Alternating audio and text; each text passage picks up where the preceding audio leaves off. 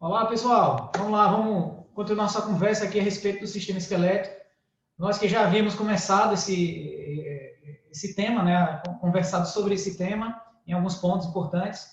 É interessante sempre que vocês, para não perder a noção da sequência de informações, é importante que vocês vão sempre, assim que possível, esquecer de alguma informação, observe os vídeos, tenta colocar tudo isso que a gente está comentando aqui, que eu estou comentando para vocês, colocando nos slides, passa para o caderno para alguma coisa, para alguma informação, e dentro dessas informações que vocês obtiverem, para que essas informações não fiquem só para a questão de uma prova, né, mas que fique para vocês no cotidiano, no dia a dia. Então, é sempre importante que vocês tenham um pouco de assiduidade em termos de frequência, né, para observar esses vídeos, para observar essas aulas que a gente está passando remotamente.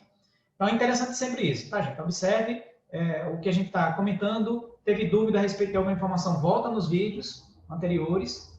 E é uma sequência. Então, não adianta, por exemplo, você observar esse vídeo, depois assistir o que eu passei anteriormente. É importante que vocês tenham sequência, certo? Bom, eu comentei com vocês a respeito da estrutura geral do esqueleto.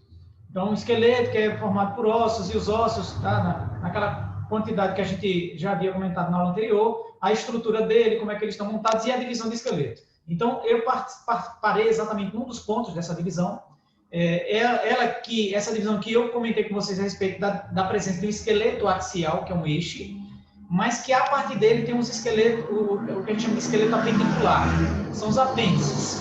Então, apêndices inferiores e apêndices superiores, tá, gente? Então, a gente vai analisar partindo das cinturas. Eu até comentei com vocês em algum momento do vídeo que a gente tem a cintura escapular, que é essa superior, e a cintura pélvica, que é a bacia, certo? Então, a gente tem duas cinturas, uma prendendo os braços e outra prendendo as pernas. Mas não só a estrutura e a divisão. Como é que esses ossos estão conectados? Tá? Para permitir, em muitos casos, uma flexibilização, uma movimentação ampla, uma movimentação limitada ou movimentação nenhuma, certo? Que são as chamadas articulações imóveis. Então, a gente vai tentar entender e visualizar isso daí. Tenta fixar sempre o máximo possível de informações para vocês, não só, como eu já falei, para uma prova, mas para vocês, para o cotidiano, para a vida, tá? Para a gente ter sempre noção. A gente não precisa saber tudo, tá?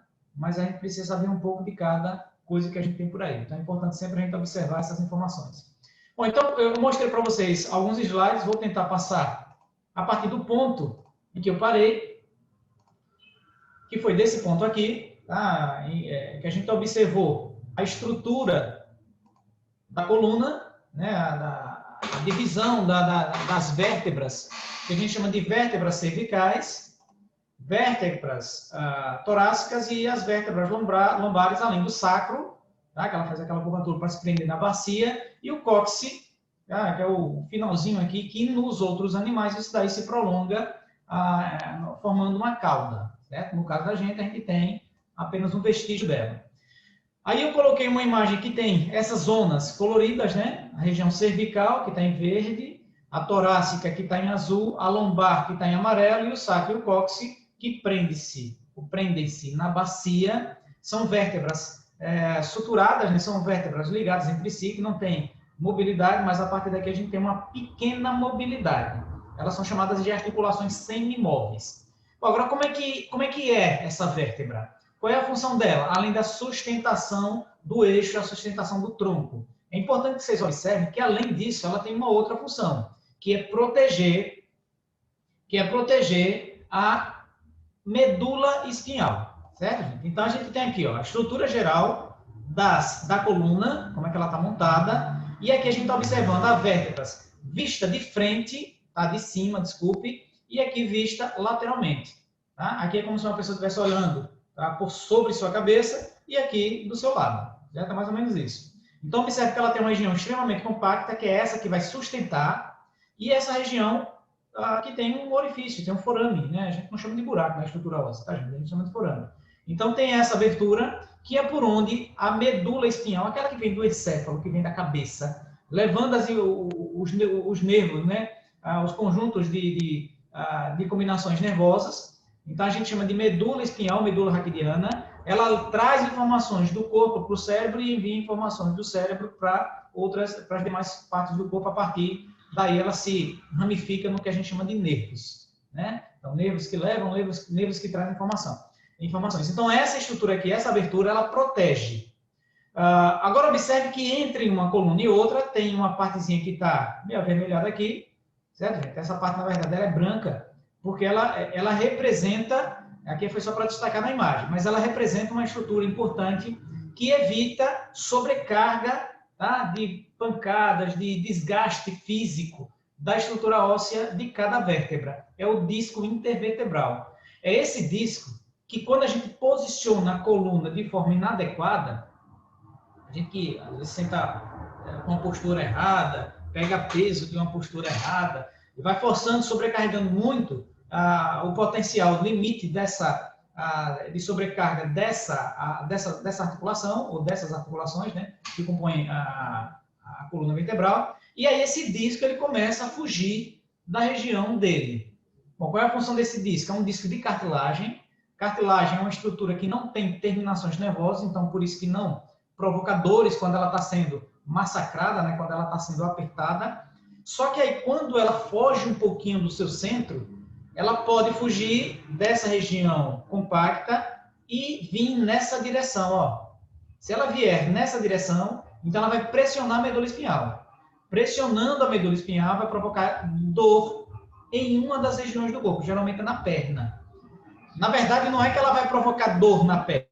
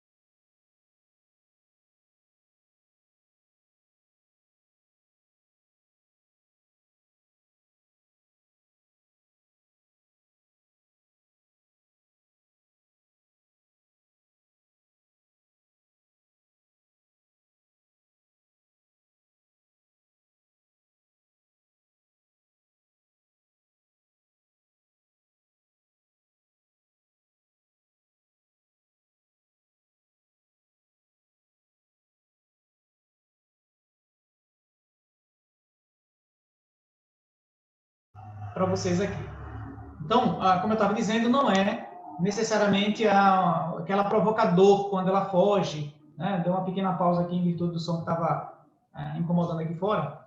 Então, não é que ele está tocando na perna, ele toca num nervo que traz sensações de dor da perna. Então, quando ele está colocando, quando ele está pressionando a região da medula que traz essa informação, ela faz seu cérebro interpretar que tem uma dor na perna, certo? Então, por isso que um dos sintomas de hérnia de disco, exatamente além da dor na própria coluna, a dor na perna. Uma outra visão, né, que a gente está colocando para vocês aqui dessa mudança de postura que provoca a hérnia, é o disco, tá, se deslocando da região de suporte e indo para a região onde está passando o sistema nervoso central, certo? E aí ele vai pressionar e vai trazer aquele incômodo característico. Aqui é outra imagem identificando, né, um desenho, uma representação de como é que ocorre essa lesão, né? Então, você tem um disco intervertebral saindo da posição original e pressionando aquela região que eu coloquei, que ela tem um espaço, essa aqui, ó, tá? Por onde ela está passando, ela tem os processos espinhosos, por isso que a gente chama de espinha, né? A espinha, o espinhaço está doendo, então vem desse termo de processo espinhoso central, os laterais e o mediano. E ela está tocando nessa região, então por isso que vai provocar dor, porque ela vai trazer a interpretação de que há dor, existe dor, mas que na verdade não tem problema na perna, problema exatamente na coluna. Bom, então a gente tem aqui duas imagens relacionadas com lesões ósseas. Essa daqui é uma imagem identificada no exame, certo? Como é que a gente perceberia essa inclinação, esse desvio do disco intervertebral, assim como também a gente tem a observação aqui da região em que há os desvios, a sobrecarga nas regiões, na região cervical e na região lombar. Na região torácica, segundo os médicos, eles dizem que aqui é uma região onde tem uma sustentação grande por causa da presença das costelas, né, segurando a estrutura óssea. Então, por isso que grande parte dos desvios de disco e desvio de coluna, eles são mais nas regiões cervicais e na região lombar, certo? Então, esse problema aqui está demonstrando as possíveis formas de fratura, aquela em que há rachadura da estrutura óssea, tá? Então, são as três, transversa, linear e oblíqua, e aquelas que há, por exemplo, quando há separação completa do osso, né? Aquela quebra e que, às vezes, ela rasga a musculatura e você vê o osso lá de fora. Certo? Então, a gente chama de fratura exposta, né? Fraturou e você viu, ficou exposto. Em qualquer uma delas, é claro que vai provocar dor extrema, e nesse caso aqui, não é só você imobilizar a sua perna, o seu braço, a estrutura do osso que foi fraturada. Você tem que colocar os pinos, você tem que colocar os parafusos aqui, uma placa segurando os dois para que ele possa ser soldado pelo processo de regeneração que a gente vai ver na imagem depois. Então, ele coloca os objetos, as lâminas de platina e parafusa, tá, gente? É parafuso mesmo, coloca o parafuso para poder segurar a estrutura óssea e imobiliza para que você, é claro, não provoque nenhuma sobrecarga e quebre se o osso, porque ele ainda não está totalmente formado, e aí ele se restabelece. Então, aqui é um outro tipo de fratura que a gente chama de espiral, fratura galho verde e cominutivo. É claro que eu não cobro esses tipos de fratura em uma prova, é só para que vocês entendam como é que pode socorrer essa fratura, que é só para ter imagem, certo? Então, o que eu posso cobrar é o seguinte, que é uma fratura, que é um osso quebrado, e o que é uma hérnia de disco, é quando o disco intervertebral ele se desloca e acaba tocando o sistema nervoso central. Então, a gente tem aqui, mais à frente, esse processo que eu falei para vocês de derivação óssea, recuperação óssea, né? Como é que ele ocorre o processo de regeneração. Então, suponha que aqui foi a região da fratura, ocorreu sangramento, inchaço, edema, mas aí o osso ele tem que sofrer gradualmente sua reconstrução. Então, os vasos sanguíneos vão se imergindo, né? Se reestruturando aqui dentro, trazendo as células do tecido ósseo, que vão reconstruindo e fazendo o processo de cicatrização óssea. É claro que, como é uma cicatriz, vai ficar um lugarzinho mais elevado. Então, quando você tem uma fratura e que passa a mão, o dedo no lugar da fratura, você sente uma elevação nesse local, porque ocorreu uma cicatrização imediata no processo de reconstrução. Então, aqui é quando o osso já está sofrendo a reconstrução, e aqui quando ele sofreu a reconstrução completa. Em virtude, em relação à questão da coluna, né, uma fratura na coluna é complicado, porque você pode perder o movimento, porque ela vai romper a parte do sistema nervoso, mas existem outros problemas que provocam dores, incômodos e má postura, né? Você fica com a postura meio que inadequada, desconfortável, e esteticamente não é uma postura bonita, mas que na verdade não é só a beleza, o que importa aí é a saúde do seu esqueleto.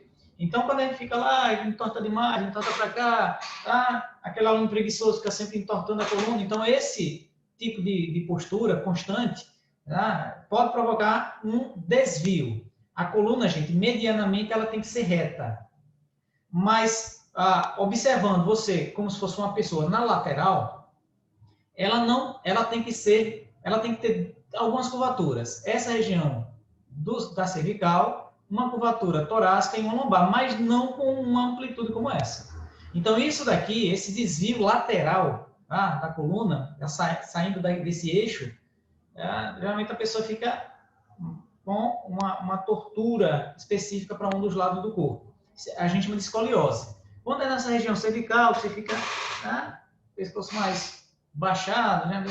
A pessoa mais tímida, baixa muito a cabeça. Ou aquele aluno que senta com as pernas lá na frente, a cabeça encostada no encosto das costas, né? Ele, ao invés de botar as costas, ele bota a cabeça, fica todo torto. Então, aquilo ali provoca uma curvatura na região torácica. Ou quando você curva muito, tá? consequência disso é empinar o bumbum, tá, gente? Então, o bumbum fica muito empinado aqui. Então, essa região daqui muito curvada pode provocar deslocamento de disco e aí provocar uma hérnia de disco. Então, a gente chama esse problema de lordose. Escoliose, cifose e lordose. São 3 desvios característicos da coluna. Bom, então eu disse para vocês que a gente tem 2 cinturas. A cintura escapular e a cintura pélvica, que a gente está partindo agora para o esqueleto apendicular. Então, na cintura escapular, você tem aqui 3 ossos envolvidos nessa cintura, 4 ossos, desculpe. A clavícula, que é esse osso daqui da frente, tá? Esse osso daqui. A gente tem a escápula, o pessoal lá do mais antigo chama de pá das costas. E você tem o externo. Mas o externo ele faz parte da caixa torácica, tá, gente? A cintura são esses ossos daqui, ó, que estão com a cor amarelada. Bom, partindo daqui, qual é a função dele? Prender o esqueleto apendicular, que é, nesse caso, o húmero, esse osso daqui, certo? A gente tem, então, a outra cintura, que a gente chama de cintura pélvica. Ele tem o osso ilíaco. Esse osso ilíaco, gente, na verdade, são 3 ossos fundidos. O íleo, o isquio e o pubis. O íleo, o isquio e o pubis, que é essa parte aqui de baixo. Observe que aqui na cintura, tá? na bacia, osso do quadril, você observa que o sacro está preso e lá no fundo a gente tem o cóccix, que é a terminação da coluna. Tá? Então a coluna se prende, sobrecarrega essa região do quadril.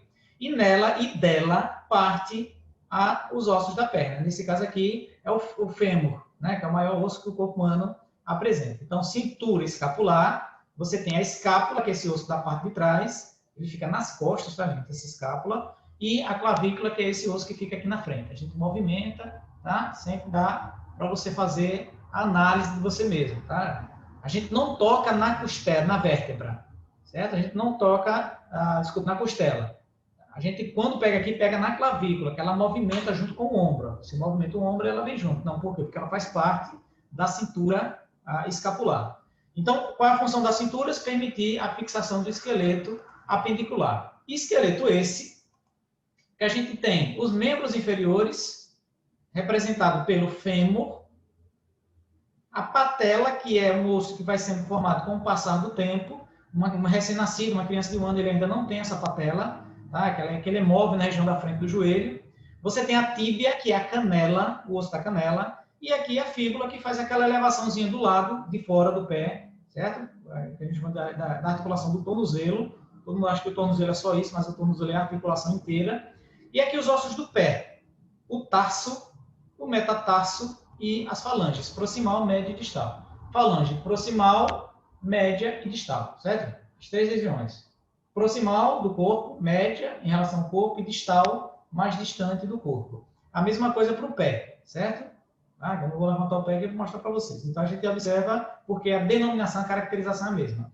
Ou tarsais, metatarsais e falanges. É a mesma coisa. Então, lembre do nome dos ossos: fêmur, patela, tíbia, fíbula e os ossos do pé. Os ossos dos membros superiores, observe que a estrutura geral é muito parecida. A gente tem um osso mais longo, tá? Consistente, que é o húmero.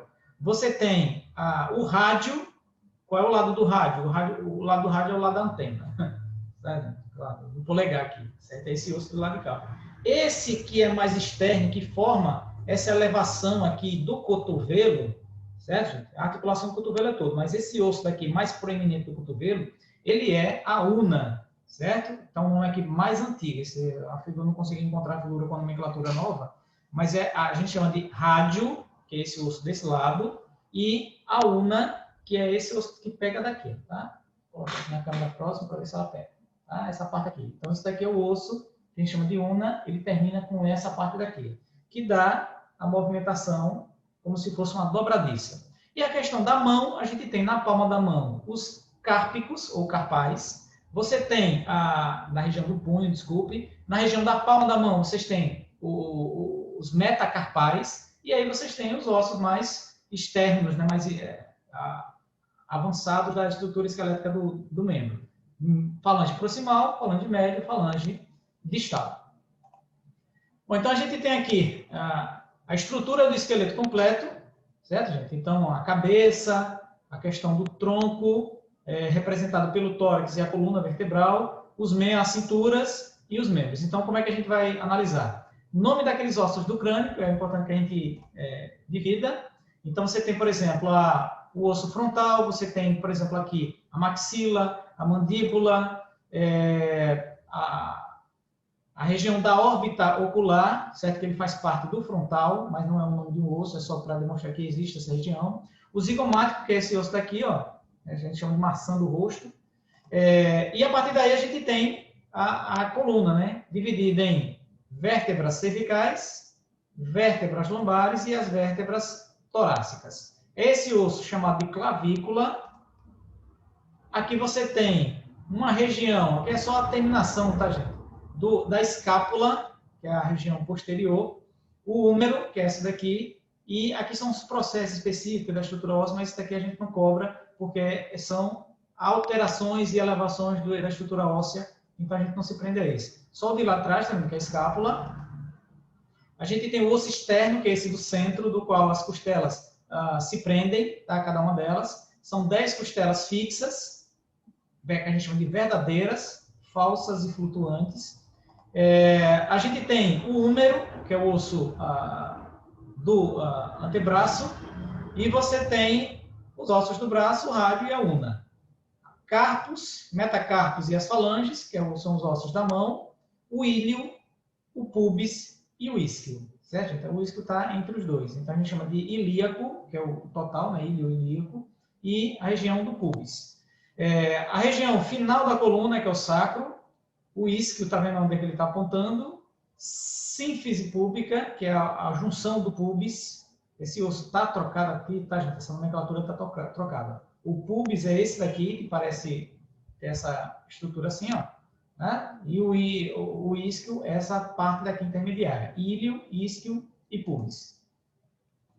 Bom, então os ossos da perna, que é o fêmur, a patela, a tíbia, a fíbula, que é o mais externo, e aí os ossos do pé, tarsos, metatársicos e falanges. Certo? Então, essa estrutura do esqueleto geral, a nomenclatura, vocês encontram a imagem dessa no livro, é importante sempre que vocês observem direitinho para ver como é que ela se encontra, para ver como é que ela está. Bom, e aí a gente tem as articulações, que eu falei para vocês, né? Existem articulações que têm possibilidade de movimentação e outras não. Então, essas que têm capacidade de movimentação, a gente tem com movimentos amplos e com movimentos limitados. Aquelas que são imóveis são chamadas de sutura. Tá? São os ossos do crânio, os ossos da bacia, tá? Que eles se juntam, você só vê uma linhazinha, tá? Como se fossem uns desenhos na estrutura do crânio, representando que ele sofreu uma soldagem e aí não tem, claro, possibilidade de movimentação.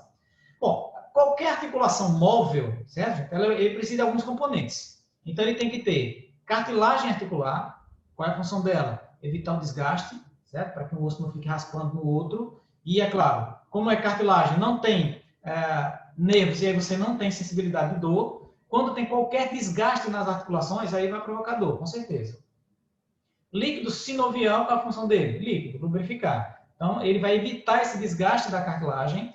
Os ligamentos para prender um osso no outro, certo? Para que ele não se destaque, não se solte, e aí ocorra algum tipo de lesão maior no esqueleto. Os meniscos, que também são de cartilagem, que não tem vasos sanguíneos e não tem nervos. Lembre da importância disso.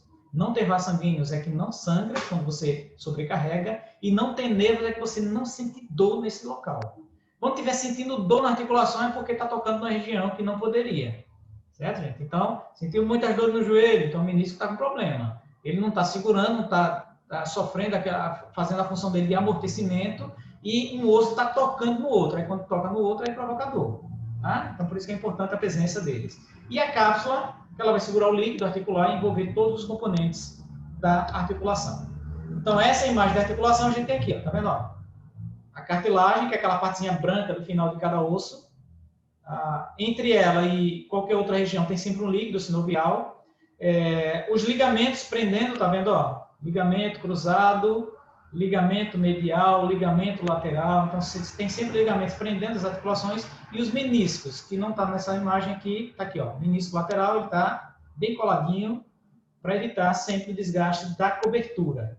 Certo? Menisco medial, menisco lateral. Como aqui a parte de fora a gente chama lateral e aqui é o meio entre as pernas, então a gente chama de medial. Aqui é a tíbia, aqui é o fêmur, então é a articulação do joelho. Esse tendão, ele tem uma função de ligamento também, tá? Porque ele está prendendo a articulação, mas ele é um tendão, é o final de um músculo. Ligamento é quando sai de um osso para um osso. Observe que esse daqui, ó, ele está saindo de um músculo, forma a patela e vem para a tíbia. Músculo para osso, aí a gente chama de tendão, certo? De osso para osso, quando está ligado, é ligamento. A estrutura basicamente é a mesma, mas a função uma é para movimentar e a outra para evitar se deslocar. Então aqui a gente está vendo como é que seria essa função da cápsula, tá? Eu disse que tem a cápsula articular, ela cobre a articulação toda para que o líquido sinovial que está aqui dentro não saia. Tá? Então, é importante observar os componentes da articulação e as funções que cada um deles desempenha. Então, as articulações móveis, a gente chama de articulações de encaixe, as articulações do tipo dobradiça e as articulações semimóveis, como é o caso da coluna, e as imóveis, como no caso do osso ilíaco e do crânio, que tem occipital, temporal, parietal, o esfenoide e tal. Então, o de encaixe é o do ombro, tá? Como ele está encaixado, então ele faz movimento para baixo, para frente, para trás, para cima, certo? Ele está um movimento de movimentação, como se fosse fazendo aqui, ó, o braço girando. Certo? Essa aqui não, essa aqui a gente só faz esse movimento. Então, essa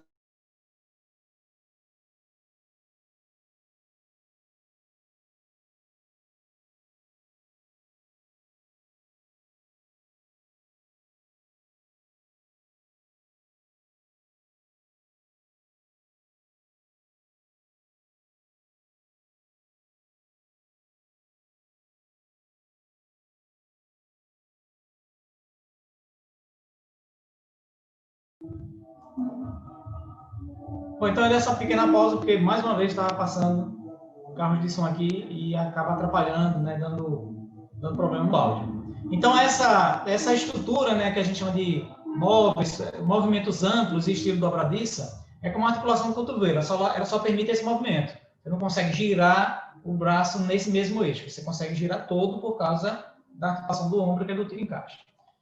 Beleza? Então a gente tem alguns outros exemplos de como ele permite movimentações limitadas, movimentações do tipo dobradiça e movimentações do tipo encaixe, como esta aqui, que a gente tem do ombro e a do quadril, certo?